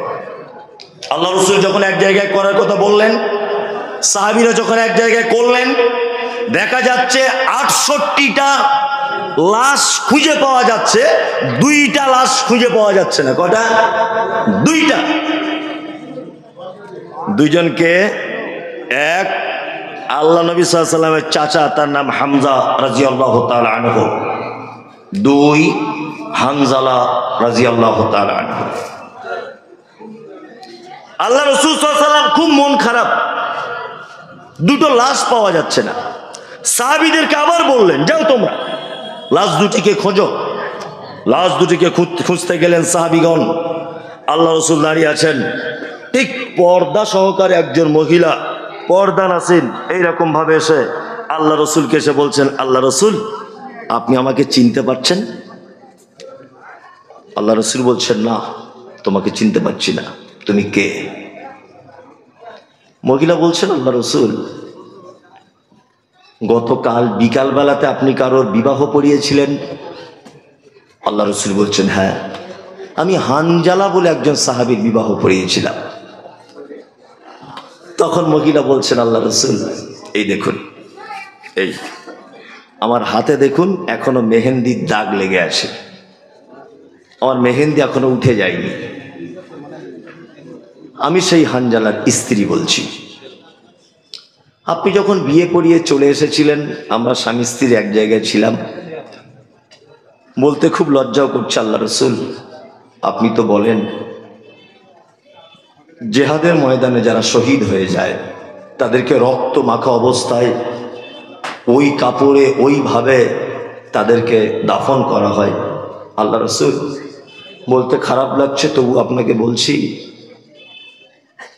আপনি আমার স্বামী হানজালাকে একটু গোসল করিয়ে দেবেন, কারণ নতুন বিবাহ অবস্থায় রাত্রে এক জায়গায় ছিলাম, আমাদের ভিতরে শারীরিক সম্পর্ক হয়েছে। গভীর রাত্রে আপনি উহুদের যুদ্ধে ডাক দিয়েছেন, আমার স্বামী শুধু আমাকে এতটুকু কথা বলে গেছে, যদি আমি ফেরত আসি তাহলে দুনিয়াতে দেখা হবে, আর যদি মারা যাই আল্লাহর জান্নাতে তোমার সাথে সাক্ষাৎ হবে। আল্লাহ রাসূল যুদ্ধের দামামা বাজিয়ে দিয়েছে, 1 মিনিট আমি আর তোমার বিছানায় থাকতে পারবো না, এখনই আমাকে চলে যেতে হবে। আল্লাহ রাসূল যুদ্ধে চলে এসেছিলেন, আমার স্বামী আমি সেই হানজালার স্ত্রী। এই কথা শোনার পরে আল্লাহ রসুল বাচ্চা ছেলেদের মতো টুকরে টুকরে কেঁদে উঠলেন। আল্লাহ রসুল বলছেন, সবাইকে খুঁজে পেলাম, তোমার স্বামী আর আমার চাচাকে খুঁজে পেলাম না। আল্লাহ রসুল লক্ষ্য করলেন দূরে সাহাবীগণ একটা লাশ নিয়ে আসছেন কাফন পরানো অবস্থায়। আল্লাহ রসুল এগিয়ে গেলেন, কে? না, হানজালা। আল্লাহ রসুল দেখলেন হানজালা মাথার দিক দিয়ে পানি টপকে টপকে পড়ছে, পানি ঝরছে। সঙ্গে সঙ্গে জিবরিল আমিন এলেন, আল্লাহ রসুলকে বললেন, আল্লাহ রসুল, হানজালার শহীদে আল্লাহ এত খুশি হয়েছে, এত খুশি হয়েছে, তার লাশ হারিয়েও যায়নি, চুরি হয়েও যায়নি। আল্লাহ আসমানের ফেরেশতাদেরকে দিয়ে তৃতীয় আসমানে তুলে নিয়ে গেছিলেন, আর জমজমের পানি দিয়ে গোসল করিয়েছেন। আর তার গায়ে যে সুঘ্রাণ পড়ছে, এটা মিসকে আম্বারের সুঘ্রাণ। আল্লাহু আকবার। সাত মানে তৃতীয় আসমানে গোসল করিয়ে আল্লাহ সুবহানাহু ওয়া তাআলা পাঠিয়ে দিয়েছিলেন কার? হানজালাকে। এর নাম মুহাব্বতে রাসূল, এর নাম ভালোবাসা। এর নাম কি? ভালোবাসা। এটা মৌখিক। আর আনুগত্য, আল্লাহ নবী সাল্লাল্লাহু আলাইহি সাল্লাম খয়বারের যুদ্ধের ঘটনা। খয়বারের যুদ্ধে সাহাবীগণ গাধার মাংস রান্না করছেন ডেকচিতে। ডেকচি বুঝেন তো? গাধার মাংস। একজন সাহাবী গিয়ে আল্লাহ রসুলকে বলছেন, আল্লাহ রসুল, সাহাবীদেরকে দেখলাম গাধার মাংস তারা রান্না পাকাচ্ছে। আল্লাহ রসুল বলছেন, গৃহ পালিত গাধার মাংস খাওয়া যাবে না। এই সাহাবীটি শোনার পরে যারা রান্না করছিলেন তাদেরকে গিয়ে বললেন, এই আল্লাহ রাসূল বলে দিয়েছেন গৃহ পালিত গাধার মাংস খাওয়া যাবে না। ওই সাহাবীটি বর্ণনা করছেন, এই কথাটা বলার পরে আমি দেখছি যে সাহাবীরা মাংস তো ফেলে দিল, ডেকচিটাও ছুঁড়ে ফেলে দিল, আর খাবো না। আপনি 30 বছর বিড়ি টানছেন, 30 বছর বিড়ি টানছেন, আপনাকে বলছি বিড়িটা ছাড়ুন, বলছে এক প্যাকেটের মধ্যে আর 10টা আছে, এই 10টা খেয়ে নিই আপাতত। কি বলছি বুঝতে পারছেন না? হ্যাঁ, আপনি একটা হারাম কাজে লিপ্ত। মুহাম্মদ সাল্লাল্লাহু আলাইহি ওয়াসাল্লাম সে কাজে নিষেধ করছেন, অথচ আপনি বলছেন ছাড়বো, আর একটু টাইম দেন হুজুর। বলছে কি বলছে না? বলছে। সাহাবীদের আমল, আল্লাহ রাসূল সাল্লাল্লাহু আলাইহি ওয়াসাল্লাম শুধু বলে দিয়েছেন গৃহপালিত গাধার গোশত খাওয়া যাবে না। সাহাবী গিয়ে এলান করলেন, সাথে সাথে গোশত তো দূরের কথা, ডেকচি পর্যন্ত ছুঁড়ে ফেলে দিলেন সাহাবীগণ। এর নাম আনুগত্য, এর নাম মেনে নেওয়া। আমাদের ইমাম সাহেব খুতবা দিয়ে ওর দাঁত ক্ষয় হয়ে গেল কথা বলে বলে, মানুষ পরিবর্তন হলো না। বলছে আজকে তোদের গ্রামে বক্তাকে আসছে আন্দোলবেড়িয়ায়, মুমতাজুল ইসলাম, উড়িস যেতেই হবে, আজকে মিস করা যাবে না। হ্যাঁ, চলে এলো আর আমার সঙ্গে বিশাল ফটো তুলে নিল এক জায়গায় দাঁড়িয়ে, বক্তব্য শুনলো, চলে গেল। কিন্তু আমি যে কথাগুলো মুহাম্মদ সাল্লাল্লাহু আলাইহি ওয়াসাল্লামের পক্ষ থেকে বললাম, একটা মানুষ মানতে রাজি নয়। আপনি এই বছরে মুমতাজুল ইসলাম কিনেছেন, আগের বছরে যদি কাবা শরীফের ইমামকেও যদি আনেন আর বক্তব্য দেওয়ান, যদি মানার সিফাত যদি আপনার ভিতরে না থাকে, এই জলসা 10 পয়সাও দাম নেই। সাহাবীদের মতো সিফাত আপনাকে গ্রহণ করতে হবে। কি বললাম বুঝলেন? চলুন, মুহাম্মদ সাল্লাল্লাহু আলাইহি ওয়াসাল্লামকে ভালো তো বাসবেন। কতটা ভালোবাসবেন? কার থেকে বেশি ভালোবাসবেন? কোন কোন জিনিসের থেকে বেশি ভালোবাসবেন? চমৎকার পবিত্র আল কোরআনের একটা আয়াত আপনাদের সামনে আমি তেলাওয়াত করছি। এক, আল্লাহ বলছেন, কুল ইন কানা আবাউকুম ওয়া আবনাউকুম ওয়া ইখওয়ানুকুম ওয়া আজওয়াজুকুম ওয়া আশীরাতুকুম ওয়া আমওয়ালুন ইকতারাফতুমুহা ওয়া তিজারাতুন তাখশাউনা কাসাদাহা ওয়া মাসাকিন তারজাউনাহা আহাব্বা ইলাইকুম মিনাল্লাহি ওয়া রাসূলিহি ওয়া জিহাদিন ফি সাবিলিহি ফাতারাব্বাসু হাত্তা ইয়াতিয়াল্লাহু বিআমরিহি ওয়াল্লাহু লা ইয়াহদিল কওমাল ফাসিকিন। শুনুন, আমরা আল্লাহ আল্লাহ রাসূলকে ভালোবাসি না? বাসি। কতটা ভালোবাসতে হবে? এই দেখুন আল্লাহ তাআলা সিরিয়াল পেশ করছেন। সিরিয়াল, পৃথিবীতে মানুষ হিসাবে সব থেকে ভালোবাসার জিনিস কে? কে? মা। তারপর সন্তানাদি। তারপর একজন বলছে বউ, বলছি বউ মানে ও মেয়ে ছেলে ছাড়া কিছু বোঝে না, বলছে বউ। দেখুন একটা কথা বলি, আল্লাহ সুবহানাহু ওয়া তাআলা পবিত্র কোরআনে যেভাবে সিরিয়াল দিয়েছেন ভালোবাসার মানুষদের, আপনি অবাক হবেন। এক, আল্লাহ বলছেন কুল, নবী আপনি বলুন, আবা উকুম, তোমাদের আব্বা মা। তোমাদের কি? আব্বা মা। এটা ভালোবাসার জিনিস। আব্বা মাকে ভালোবাসেন তো? বাসেন? আমি তো বক্তব্য দিতে দিতে অনেক জায়গা বলি, 3 ভাই আব্বা মার খাওয়া দাওয়ার সিস্টেম করেছে পালি সিস্টেম, ইমাম সাহেবের মতো 10 দিন করে। যদি 12 দিন হয়ে যায় তা ছেলে চোখ বার না করলেও বৌমা বড় বড় চোখ বার করে। আবার বলে তোর দাদুকে বল আজ ক তারিখ, ক্যালেন্ডার দেখে খেতে পারে না। আপনাদের নদিয়া মুর্শিদাবাদ, এটা মুর্শিদাবাদের লোকে এ কাজ করে না, আমাদের দিকে করে। আপনার দিকেও করে? সব জায়গায়। একটা আশ্চর্য কথা আপনাকে বলি, কোরআন হচ্ছে মুজমাল, শুধু প্রতিটা কাজের হুকুম করে দিয়েছেন। কি বললাম বুঝলেন? আকিমিস সালাত, সালাত আদায় করো। ওয়াতুজ যাকাত, যাকাত দাও।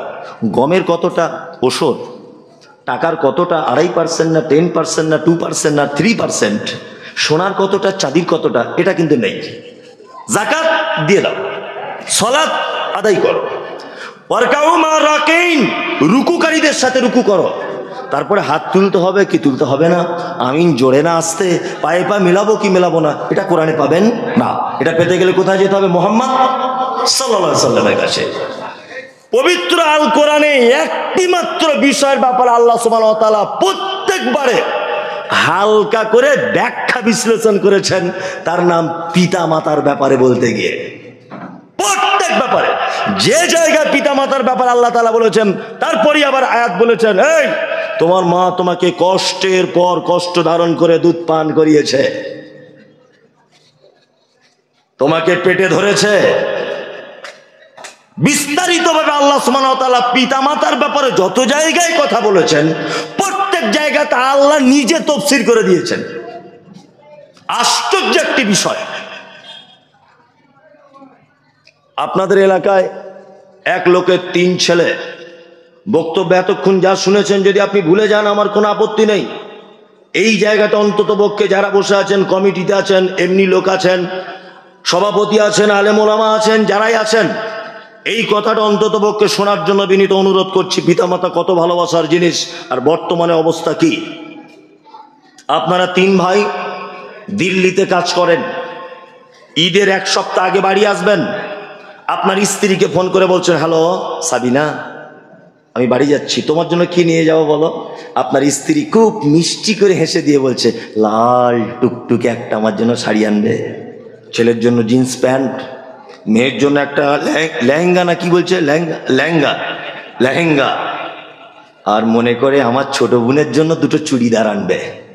3 ভাই দিল্লিতে থাকে, ঈদের 1 সপ্তাহ আগে বাড়ি আসছে। তা দুপুরবেলা ওর স্ত্রী ফদ্দ দিয়ে দিয়েছে, লোকটা রাতের বেলা কোনো একটা শপিং মলে গিয়ে বাজার করছে। ওর স্ত্রী আবার ফোন করেছে, হ্যালো, এই শোনো, বলতে ভুলে গেছি, তোমার ওই শাড়ির সাথে কিন্তু সায়াটা ম্যাচিং করে লিও। আর তোমার কেনাকাটা সব হয়ে গেছে নাকি? তাহলে আমার মেজো বোনের জন্য একটা কিছু আনতে বলতাম।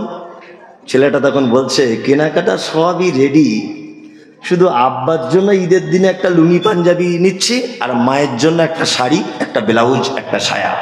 ওর স্ত্রী তখন আন্দোলবেড়িয়া থেকে ঘরের মধ্যে দরজা দিয়ে বলছে, কেন তুমি কেন প্রত্যেক বছর আব্বা মায়ের শাড়ি জামা কাপড় দিতে যাবে? তোর আর 3টে ভাই চোখে দেখতে পায় না? বাড়ি চলে এসো। বাড়ি চলে এলো। 3 ভাইয়ের একই অবস্থা। ঈদের দিন মসজিদের ইমাম সাহেব মাইকে বলছে, আল্লাহু আকবার, আল্লাহু আকবার, লা ইলাহা ইল্লাল্লাহ আল্লাহু আকবার, আল্লাহু আকবার, ওয়ালিল্লাহিল হামদ। সকালবেলা হয় না? হয়। সবাই নতুন জামা পরে ঈদগাহে যাচ্ছে, সবাই। তোমার আব্বার বয়স 90 বছর, তোমার মায়ের বয়স 85 বছর। তোমার 3 ভাই যুক্তি করে তোমার আব্বা মা সিঁড়ি দিয়ে 2 তলায় উঠতে পারে না বলে সিঁড়ির তলাতে মশারি টাঙিয়ে তোমার আব্বা মা থাকে। সবাই নামাজ পড়তে চলে গেল। তোমার মা পেচ্ছাপের প্রবলেম হয়ে গেছে, 80-85 বছর বয়স, বিছানায় পেচ্ছাপ করে দুর্গন্ধ অবস্থায় আছে। সবাই ঈদগাহে যখন চলে গেল, তোমার আব্বা তখন আফসোস করে বলছে, আমি একটু যেতে পারলাম না। আপনার মা মশারি ভিতর থেকে বার হয়ে বলছে, আব্দুল্লাহর আব্বা তুমি যাবে না? সে যেতে তো মন চায়, কেউ তো নিয়ে গেল না। আপনার মা তখন গত বছরে আপনার বোনেদের দেওয়া একটা পাঞ্জাবি কোন রকম বাক্স থেকে বার করে কাঁপতে কাঁপতে তোমার আব্বার গায়ে পরিয়ে দিয়ে বলেছে, একবার ঈদগাহে যাও, আর আগামী বছর ঈদগাহে যেতে পাবে কিনা, যাও একটু যাও, ঈদগাহে যাও। লোকটা লাঠি নিয়ে কাঁপতে কাঁপতে কাঁপতে কাঁপতে ঈদগাহ পর্যন্ত গেল, নামাজ পড়লো, বাড়ি চলে এলো। আপনাদের মেন গেটের সামনে এসে বসে আছে একটু বয়স্ক মানুষ। দুপুর 12টা 1টা 2টো পর্যন্ত টাইম অতিবাহিত হলো। একটা বৌমাও খোঁজ নিল না শ্বশুরের খাওয়া হলো কিনা, একটা নাতিপুতি খোঁজ নিল না যে আমার আব্বার কিছু হলো কিনা। সবাই শালা শালি আত্মীয় স্বজন নিয়ে ব্যস্ত। দুপুর 2টোর সময় নাতি আশরাফুল বলছে, মা দাদুকে কিছু দাওনি? বলছে মনে ছিল না তো। এক কাজ করে, 2টো পরেটা 2টো রুটি নিয়ে যেতে বল, দেখিস বেশি খেয়ে নেয় না, একটা এখন খেতে বলবে, একটা রাত্রে, না তো পায়খানা করে ফেলবে। সহ্য করতে পারে না, বুড়ো মানুষ তো লোভ করে খেয়ে নেয়। কেন তোমার আব্বার এই অবস্থা? তোমার মায়ের ঈদের দিনে তো লাল শাড়ি নয়, মিডিয়াম বয়সের মহিলারা যে শাড়ি পরে এই শাড়ি বসে চেয়ারে বসে থাকা দরকার ছিল। 3টে বৌমা 3 দিক থেকে তোমার মাকে শাড়ি পরে সাজিয়ে দেবে। তোমার আব্বার কোনো বৌমা হাত ধরবে, কোনো বৌমা মাথা ছেড়ে দেবে, কোনো ছেলে লুঙ্গি পরিয়ে দেবে, কোনো ছেলে কাঁধে ধরে নাতিপুতির আনন্দ করে ঈদগাহে নিয়ে যাবে। কেন এ সমাজ, কেন এ ব্যবস্থা? হ্যাঁ, তোমার মায়ের থেকে বড় বদমায়েশ আর পৃথিবীতে কেউ নেই। তোমার মা যে অপরাধ করেছে পৃথিবীতে, এই অপরাধের সাজা বুড়ো বয়সে মশারির ভিতরে পেচ্ছাপ পায়খানা করে পড়ে আছে। তোমার মায়ের থেকে অপরাধী পৃথিবীতে আর কেউ নেই। তোমার আব্বা এ তো আরো খারাপ লোক, আরো বদমাইশ লোক। তোমার আব্বা মায়ের বদমাইশিগুলো বলবো, শোনো। তোমার মা ছিল আন্দুলবেরিয়ার সব থেকে আল্লাহওয়ালি পর্দানাসীন মহিলা। জীবনে কোনোদিন আলেম ওলামাদের সামনে মুখ তুলে কথা বলতো না। যদি দেখতো আব্দুল আখের সাহেব ওই আসছে, চট করে ঘুরে চলে যেত দরজা লাগিয়ে ভিতরে, মুখ দেখাতো না। এত পর্দা করতো তোমার মা। তুমি যেদিন পেটে এসেছিলেন, বহরমপুর হাসপাতালে ভর্তি করা হলো। ডাক্তার বাবু বলেছে এক্ষুনি তোমার বাচ্চা হবার ডেট, আর টাইম নেই। তোমার যে মা পর পুরুষের সামনে জীবনে মুখ দেখাতে লজ্জা পেত, তোমার মতো অপদার্থ ছেলেকে জন্ম দিতে গিয়ে বেলডাঙ্গার বহরমপুর কোন এক সদর হাসপাতালে পর পুরুষের সামনে সায়া ব্লাউজ খুলে উলঙ্গ হয়ে হাসপাতালের বেডে শুয়ে পড়েছিল। ডাক্তার ওপেন তোমার মায়ের লজ্জাস্থান দেখছে, তোমার মায়ের সারা শরীর দেখছে। তোমার যে মা মুখ দেখাতে লজ্জা করত, তোমার মতো অপদার্থ বেটাকে জন্ম দিতে গিয়ে পর পুরুষের সামনে উলঙ্গ হয়ে শুতে হয়েছিল। এটা তোমার মায়ের জীবনের সব থেকে বড় অপরাধ। তোমার মায়ের জীবনের দ্বিতীয় বড় অপরাধ, তোমার মা ছিল তোমার নানার একটা মাত্র বেটি। তোমার নানার এত আদরের বেটি ছিল, তোমার মায়ের হাতে মশা বসলে তোমার মা সহ্য করতে পারত না, এত ভীতু। তোমার মা জীবনে কোনোদিন ভয়ে ইঞ্জেকশন করতো না, এত ভীতু। কিন্তু তোমাকে যেদিন হসপিটালের বেডে জন্ম দেওয়ার জন্য শুয়ে থাকে, ডাক্তার বলেছে পেটে যেভাবে বাচ্চা থাকার কথা সেভাবে আর নেই, বাচ্চাটা একটু উল্টো হয়ে লেগে গেছে, বাচ্চা মনে হয় মারা যাবে। এই কথা যখন বলেছে, তোমার মা হসপিটালের বেড থেকে একেবারে লাফ দিয়ে উঠে বলছে, ডাক্তার বাবু আপনি দয়া করে আমার বাচ্চাকে বাঁচান, আমার প্রাণের বিনিময় হলে আপনি বাঁচান, প্রয়োজনে ধারালো ছুরি দিয়ে আমার পেট ফেলে দিয়ে আপনি আমার বাচ্চাকে বার করুন, আমার প্রাণের বিনিময়ে বার করুন। সেই দিন তোমার মায়ের হাঁসের ডিমের মতো সাদা চকচকে চামড়া ধারালো কাঁচি দিয়ে কেটে দিয়ে তোমাকে পৃথিবীর আলো দেখানো হয়েছিল। জীবিত মানুষ পেট কেটে বসে আছে তোমার মতো অপদার্থর মুখ থেকে মা শব্দটা শুনবে। তাই সেই যে মোটা সুতো আর সুজি দিয়ে সেলাই করে দিল, আজও ৮০-৮৫ বছর বয়সে তোমার মা মশারির ভিতরে তার কষ্ট অনুভব করে। শুধু এই নয়, তোমার মা জীবনে কোনোদিন কাউকে মুখ দেখাতো না, কিন্তু তোমার মতো বেটাকে জন্ম দিতে গিয়ে হাসপাতালের বেডে কালো কুচকুচে হাঁটু পর্যন্ত তোমার মায়ের দোলা চুল লাল রক্তের জমাট বেঁধে গিয়েছিল। শুধু এখানেই ক্ষান্ত নয়, চিকিৎসা বিজ্ঞানীরা বলেছেন প্রত্যেক বাচ্চা তার মায়ের দিনে ৮ বার করে দুধ পান করে, একবারে ২৫০ গ্রাম দুধ পান করে। কোরআনের ভাষাতে তাকে দুধ পান করাতে হয় ৩০ মাস। কোরআনের ভাষাতে ২ বছর থেকে ২.৫ বছর দুধ পান করাতে হয়। ৫০ টাকা যদি দুধের কেজি হয়, একটা বাচ্চা তার মায়ের দুধ পান করে ৯০,০০০ টাকার। তোমার মা এত বড় খারাপ, তোমার মা এত বেহায়া, তোমার মা এত বদমায়েশ যে তোমার মতো অপদার্থকে ৯০,০০০ টাকার দুধ পান করিয়েছে। শুধু এখানে ক্ষান্ত নয়, তোমার মা তোমাকে নিয়ে নানির বাড়ি যাচ্ছিল। তোমার মা যেতে যেতে ওই রেজিনগরে বাসে উঠেছে। যাবে কোথায় না, তোমার মামার বাড়ি ওই ওমরপুর, মুর্শিদাবাদে ওমরপুরে। কন্ট্রাক্টর সিট পায়নি বলে কোলে বাচ্চা আছে, তোমার বয়স তখন ১.৫ বছর। তুমি বাসে উঠে থেকেই তোমার মাকে বলছো, মা একটু দুধ খাবো, মা একটু দুধ খাবো। তোলতা ভাষাতে বলছেন, ভাষা সবাই বুঝতে পারছে না, মা বুঝতে পারছে। ড্রাইভার বা কন্ট্রাক্টর দেখে তোমার মাকে একটা সিট দিল জানলার সাইডে। তোমার মায়ের বয়স তখন ২৪ থেকে ২৫। অপরূপা চরমা সুন্দরী তোমার মা। তোমার মাকে দেখে কোনজন এত সুন্দরী? বাসের অন্যান্য যুবক ছেলেরা তোমার মায়ের দিকে ফ্যাল করে দেখছে, তোমার মা সুন্দরী তাই। এখন তুমিও লেগেছো ১.৫ বছর বয়স, তোমার মা দুধ দাও, মা দুধ দাও। তোমার মা বারবার বিরক্ত হয়ে বলছে, কি করে দুধ দিই? তুমি কাঁদতে শুরু করেছ। তোমার মা পাড়া গ্রামের লজ্জাশীলা মহিলা আস্তে আস্তে করে বুকের ব্লাউজটা খুলে, এই লে বেটা দুধ পান কর। একদিকে দুধের মোটা তোমার মুখে লাগিয়েছে, আর একদিকে আঁচল ঠিক করছে, আর একদিকে মাথায় কাপড় উঠে গেছে কিনা দেখছে, আর একদিকে পেটের কাপড় ঠিক করছে।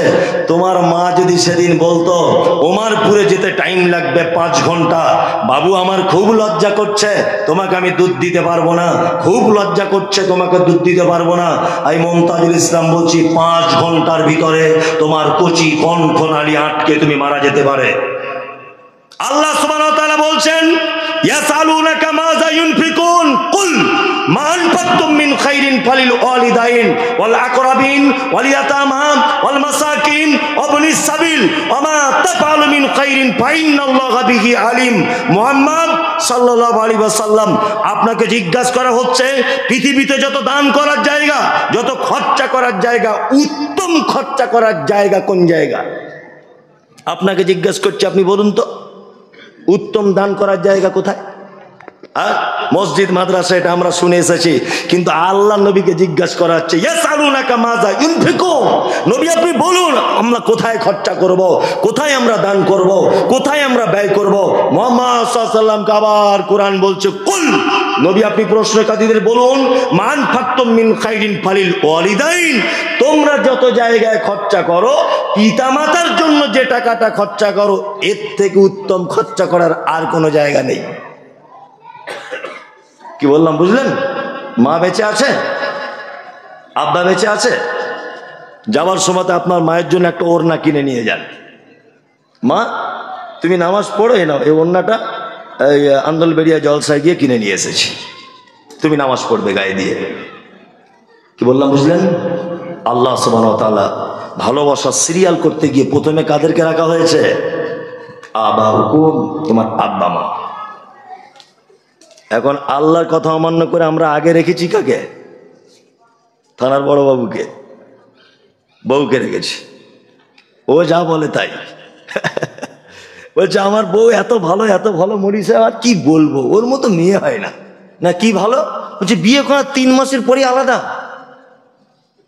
সংসারের ঝামেলা থেকে ঠিক আমাকে বার করে নিল। কি বললাম বুঝলেন তো? এত ভালো আর কি। বিয়ে করেছে নতুন, ছেলেটা নতুন বিয়ে করেছে, তা নতুন বিয়ে করার পরে ও স্বামী স্ত্রী, একটা মা তার ছেলেকে 20-25 বছর মানুষ করলো, কোনো অসুবিধা নেই, কোনো অসুবিধা নেই। এই 2-3 দিনে সে সব পরিবর্তন করে দিল। আল্লাহ তাআলা বলছেন আবা হুকুম, 1 নম্বর তোমার আব্বা মা, 2 আবনা হুকুম তোমার সন্তান, ইখওয়ান হুকুম তোমার ভাই, আজওয়াজ হুকুম তোমার স্ত্রী, ও আশিরাত হুকুম তোমার প্রতিবেশী নিকট আত্মীয়, ও আমওয়ালুন ইকতারাফতুমুহা তোমার উপার্জিত সম্পদ, ও তিজারাতুন তাখশাউনা কাসাদাহা তোমার ব্যবসা বাণিজ্য, এমন এক ব্যবসা যে ব্যবসায় তুমি ভয় করো ব্যবসা ছেড়ে দিলে আমার রুজি চলে যেতে পারে। আমি আল্লাহ তাআলা বলছেন হাব্বা ইলাইকুম মিনাল্লাহি ওয়া রাসূলিহি, তোমার স্ত্রী, তোমার টাকা পয়সা, তোমার সম্পদ, সমস্ত কিছু থেকে 3টে জিনিসকে বেশি ভালোবাসতে হবে। কটা? 3টা। 1 আল্লাহকে এবং রাসূলকে, 2 আল্লাহর রাস্তায় জিহাদ করাটাকে। আল্লাহ বলছেন ফাতারাব্বাসু হাত্তা ইয়াতি আল্লাহু বিআমরিহি, তোমরা যদি এই 3টে জিনিস থেকে এড়িয়ে যাও তাহলে তোমরা অপেক্ষা করো আমার আযাবে, তোমাদের উপর আমার আযাব আসছে। তাহলে রাসূলের আনুগত্য না করলে, রাসূলকে ভালো না বাসলে পৃথিবীর সমস্ত কিছু থেকে আমাদের পক্ষে কি আসবে? আল্লাহর আযাব। এটা মাদ্রাসার উন্নতি গল্পে জলসা। রাত্রি এখন 12টা বাজে, আমি আর বক্তব্যের লাইনে যাচ্ছি না। আপনারা সব বুঝতেই পারছেন যে মাদ্রাসাগুলো সারা পশ্চিম বাংলার এইভাবেই চলে। আর এই আমি আদায়ের কথা বলছি, মনে আর লোক থাকবে না। মৃত পিতা মাতার নামে কেডা সফিউর রহমান নগদ 5,000 টাকা দিয়েছেন, দোয়া করে দিবেন। আল্লাহুম্মা সাল্লি আলাইহি আল্লাহুম্মা বারিক আলাইহি। পিতা মাতা মাহবুব রহমানের নামে 2 ছেলে সাইন ও পাপাই শেখ নগদ 5,000 টাকা দিয়েছেন, দোয়া করে দিবেন। আল্লাহুম্মা সাল্লি আলাইহি আল্লাহুম্মা বারিক আলাইহি। এটা ফোন পে দিয়ে দেবে আমার ফোন। হাঁসপুকুরিয়া থেকে মেহের বানু শেখ নগদ 5,000 দিয়েছেন, দোয়া করে দিবেন, ফোন পেতে দিবেন টাকাটা। আল্লাহুম্মা সাল্লি আলাইহি আল্লাহুম্মা বারিক আলাইহি। আর যারা আপনারা বসে আছেন, লাস্ট যে কোরআনের আয়াতটা বললাম, পৃথিবীর উত্তম দান করার জায়গা সন্তান তার আব্বা মায়ের জন্য দান করবে। এখানে যারা বসে আছেন ভাই, কেউ আছেন এরকম? কেউ আছেন যে আমি আমার আব্বা মায়ের জন্য আমার পক্ষ থেকে আমি 5,000 দিলাম, যদিও আমার আগে বক্তা আদায় করেছেন? কেউ আছেন আপনারা? খুব ভালো লাগতো তাহলে এটাই, তাছাড়া আর কিছু নয়। কেউ আছেন আপনারা আপনাদের ভিতরে যে আমার পক্ষ থেকে আমার আব্বা মায়ের জন্য উত্তম দান করার জায়গা বা খরচা করার জায়গা, আমার আব্বা মায়ের জন্য আমি এই 2,000 টাকা আমি খরচা করলাম? কেউ আছেন? কেউ নেই। আরে একই জমিতে তো বারবার চাষ দিলে হবে না, তাই না? আমার আগে বক্তা চাষ দিয়ে দিয়েছে, এখন আমি এসে চাষ দিতে চাইলে তো হবে না। আর আমার এমনি ফাল খারাপ, আমি এমনি আদায়কারী বক্তা, আমি আদায় করতে পারি না। আমার তো ট্র্যাক্টরের ফাল নেই, তবুও যতটা হিঁচড়ে খুঁচড়ে হয়, ভালো ফাল দিয়ে চষে দিয়ে চলে গেছে আবু ওবায়দা সাহেব। আমি আর কি বলবো? এখন আমার আদায় করার কথা বলতে হয়, মাদ্রাসা যখন বলতে হবে আমিও বলার পক্ষে, কোনো অসুবিধা নেই যে বলবো না তা নয়। কিন্তু আদায়ের কথা বললে, যখনই প্রধান বক্তা আদায়ের কথা বলে না, তখন মানুষ আর থাকে না, জানে এরপরে তো আর কেউ নেই, চল বাড়িতে ফালতু বসে থেকে লাভ নেই। এটা স্বাভাবিক, এটা কথা। যারা ভাই বসে আছেন, কিছু আল্লাহর রাস্তা দিবেন, খরচা করবেন আল্লাহর রাস্তাতে। আরে অন্তত আপনার পক্ষে বলুন যে আমি 1,000 টাকা দিব, 2,000 দিব, মানে নিয়ত করেই আছে। দেখি মৌলভী সাহেবের কত চালাকি আছে। চালাকি করছেন তো, চালাকদের বেশি দিন টিকিট নাই। কি বলছি বুঝতে পারছেন না? যে লোক গরু চড়ায়, দেখবেন যে গরুটা সব থেকে বেশি বদমাইশি করে, চালাকি করে, তাকে কি করে বলুন তো? গলায় বড় হুড়কো ঝুলিয়ে দেয়, আর যেতে পারবি না। টাকা আছে আপনি তবুও দিতে চাইছেন না, কৃপণতা করছেন, তাই তো? এমন একটা দুর্ঘটনা ঘটে গেল, রিপোর্ট করে করে করে করে শেষ, কলকাতার কোনো জায়গায় ধরা পড়ছে না। এখন চলে গেলেন আপনি ভেলোরে রিপোর্ট করতে করতে 1.5 বিঘে জমি শেষ। আল্লাহ বলছে তোর রিপোর্ট ধরা পড়বে না, এটাই তোর রোগ, এইটাই তোর রোগ, যে রিপোর্ট ধরা পড়বে না কিছু, অথচ তোর জমি জায়গা সব শেষ করে দিব। এটা আল্লাহ পারে কি পারে না? যদি থাকে কিছু আপনারা দিয়েছেন আমি জানি, তারপরে আমি বলবো কিছু দেন, আল্লাহর রাস্তায় দেন। আসেন ভাই, কেউ দিবেন? 200, 500, 100 দেন, এতে আমি খুব খুশি হব, আলহামদুলিল্লাহ। 1000 টাকা, আলহামদুলিল্লাহ ভালো। 1000 টাকা একজন দিলেন, আল্লাহুম্মা সাল্লি আলাইহি আল্লাহুম্মা বারিক আলাইহি। দেন ভাই দেন দেন। আর একজন আসছে,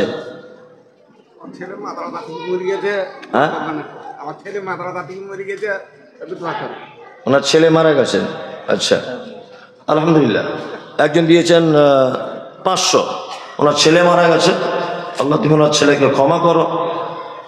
আল্লাহুম্মা সাল্লি আলাইহি আল্লাহুম্মা বারিক আলাইহি। আল্লাহ তুমি তার মালে বরকত দান করো, তার উপরে রহম করো, তার ছেলেকে তুমি ক্ষমা করো। যারা আছেন ভাই আব্বা মা আত্মীয় স্বজন মারা গেছে, দেন, এটা সাদকায়ে জারিয়া। কত? 1000। আলহামদুলিল্লাহ। আর একজন ভাই 1000 টাকা দিলেন। আর কেউ আছেন? একটু দিয়ে দেন। আর কেউ দিবেন?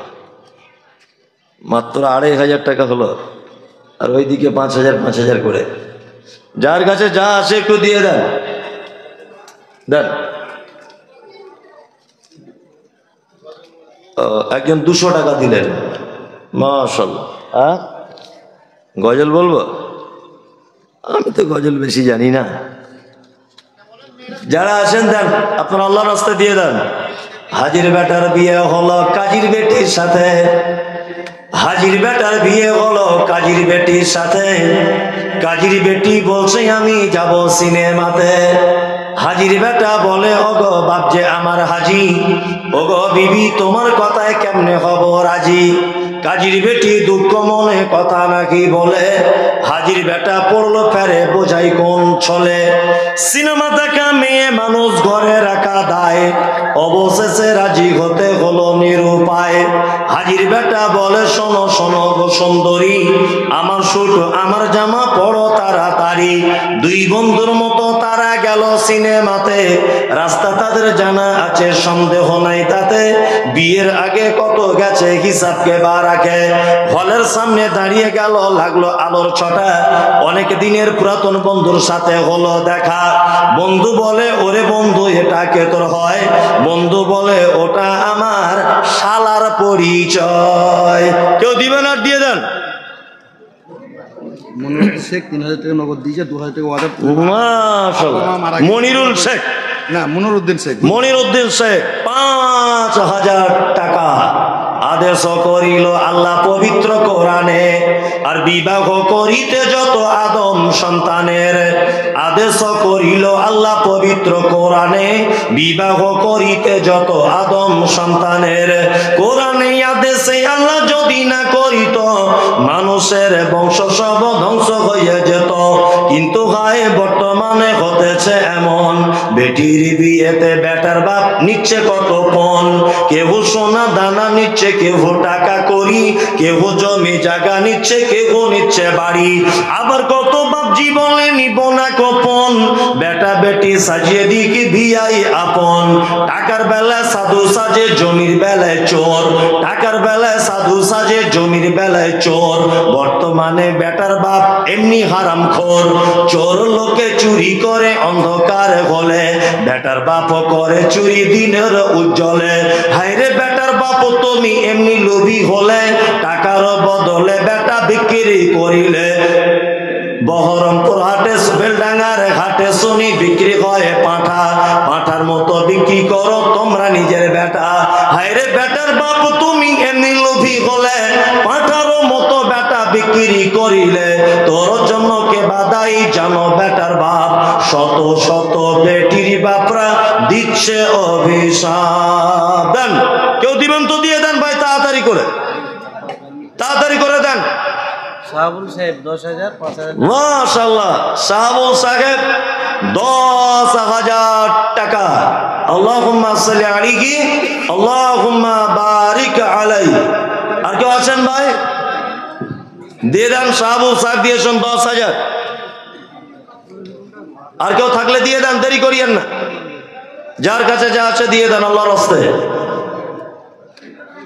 ওইটা কে আসছে? কি নাম তো? বিয়ে করেছিস স্যার? 150 টাকা। মাশাআল্লাহ। ও 150 টাকা দিয়েছে বাচ্চা ছেলে। কেউ আছে? আপনারা দিয়ে দেন, আল্লাহর রাস্তায় দেন। জি আসলে দান এমন একটা জিনিস যে আল্লাহ সুবহানাহু ওয়া তাআলা রাগকে বেনামিতে 700 টাকা। আল্লাহ সুবহানাহু ওয়া তাআলা যদি আপনার উপরে রাগান্বিত অবস্থায় থাকেন, দান আবার এমন একটি ইবাদত যে দান আল্লাহর রাগকে নষ্ট করে দেয়। আর দান সম্পদকে বৃদ্ধি করে দেয়, সুদ সম্পদকে নষ্ট করে দেয়। ওই জন্য আল্লাহ সুবহানাহু ওয়া তাআলা বলছেন, আল্লাযীনা ইউনফিকুনা ফিস সাররাই ওয়াদ দাররাই আল কাযিমিনাল গায়যা ওয়াল আফিনা আনিন নাস আল্লাহু ইউহিব্বুল মুহসিনিন। আল্লাহ বলছেন, চারটে লোককে আমি সবথেকে বেশি ভালোবাসি, এরা মুহসিন, এরা খুব ভাগ্যবান। এক, আল্লাযীনা ইউনফিকুনা ফিস সাররাই ওয়াদ দাররাই, যারা দান করে আল্লাহর রাস্তায়, সচ্ছলতায় অসচ্ছলতায়, বিপদেও দান করে, অবস্থা খারাপ লাগলেও দান করে, অবস্থা ভালো থাকলেও দান করে। অলকাদিমিনাল গায়যা, আর রাগ হয়ে গেলে কি করে? আটকে রাখে, রাগকে সংবরণ করে। ওয়াল আফিনা আনিন নাস, আর তার সামনে যদি কোনো মানুষ অপরাধ করে দেয় তাহলে সে অপরাধকে ক্ষমা করে দেয়, মাফ করে দেয়। আল্লাহু ইউহিব্বুল মুহসিনিন। আল্লাহ বলছে, আমি এই বান্দাদের, মুহসিন বান্দাদের সবথেকে বেশি ভালোবাসি। কেউ আছেন ভাই? আল্লাহর রাস্তায় দিয়ে দেন। শহীদুল শেখ, মৃত বাবার নামে 2,500 টাকা ওয়াদা। শহীদুল শেখ, মৃত্যু বাবার নামে 2,500 টাকার ওয়াদা। আর আপনি কি বলছিলেন, কে দিয়েছে? 1,500 টাকা না কত? 1,000? ও, 700 টাকা বেনামিতে দিয়েছেন। আর কেউ দিবেন তো একটু দিয়ে দেন। আপনারা হয়তো আশা করছেন যে মৌলভী সাহেব একটু যেমন বানিয়ে বানিয়ে সুর করে করে দোয়া টোয়া, ওগুলো আমি আগে করেছি। আগে যখন জানি না তখন করেছি, যখন থেকে জেনেছি ওগুলো আর করি না। আগে খুব করেছি, সভাপতি সাহেব জানে, খুব লাল গোলাতে তখন ওই হতো আর কি, শুধু আদায় আর আদায়। এখন আর আমি ওইগুলোতে থাকি না, আদায় ডিপার্টমেন্টটা। আর যদি বা আদায় কোথায় করতে হয়, স্বাভাবিক গতিতে বলে মানুষ যেটা দিল এটাই। আর আল্লাহ রসুলের শেখানো দোয়া এতটুকুই, এতটুকুই বাংলায় বলতে পারি, আল্লাহ তুমি তার উপরে দয়া করো, তার মালে বরকত দাও, এতটুকুই। আপনার আশা করবেন না যে একটা একটা নাম করে করে সুর করে করে বিশাল কিছু বলবে, এরকম কোনো পদ্ধতি নয়। যারা দিবেন দিয়ে দেন। জলসা কমিটির কেশিয়ার সাহেব, আপনি কোথায় আছেন? জলসা কমিটির কেশিয়ার, যুগ্ম কেশিয়ার, বলুন আপনারা দুজন। চোখ বন্ধ করে বলে দেন, যা হয় হবে। কেন বেনামে? সবার বেলা নাম লিখছে না, আপনার বেলা বেনামে? কোরআনে শব্দ এসেছে সিররাম ওয়া আলানিয়া, তাই তো স্যার? গোপনেও দান করা যায়, প্রকাশ্যে করা যায়, এটা প্রকাশ্যের মজলিস। আপনি এটা প্রতিযোগিতা করুন, আপনাকে দেখে আরেকজনকেও দিবে, দুজনা মিলে 50,000 টাকা দিয়ে দেন, তাহলে যা হবে হবে, দুজনা 25, 25, 50 যান, আল্লাহ রাস্তায় দিয়ে দেন, দেন বলে দেন ইনশাল্লাহ। দুজনা কেসিয়ার মিলে আপনারা 25, 25, 50 দিয়ে দেন, দিয়ে দেন ভাই, একবার ইনশাল্লাহ বলে দেন, যা হয় হবে। কই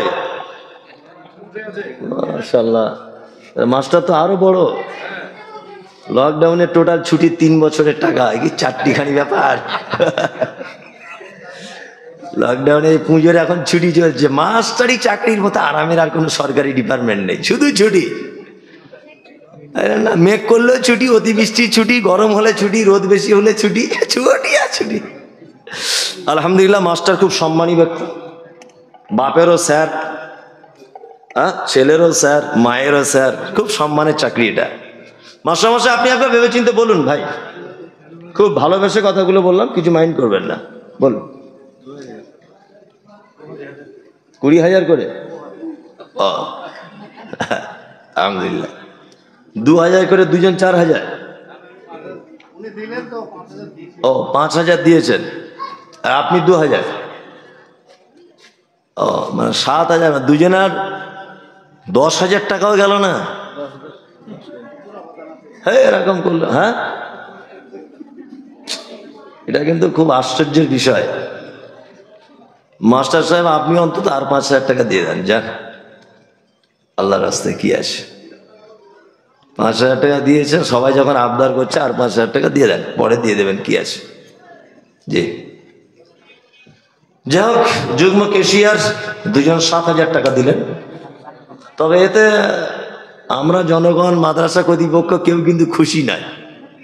7,000 এটা কিন্তু বলে দিলাম। আপনারা দুজন ভাবুন, কিছু আর যদি বাড়ানো যায়। জি, আর কেউ আসেন ভাই? হ্যাঁ,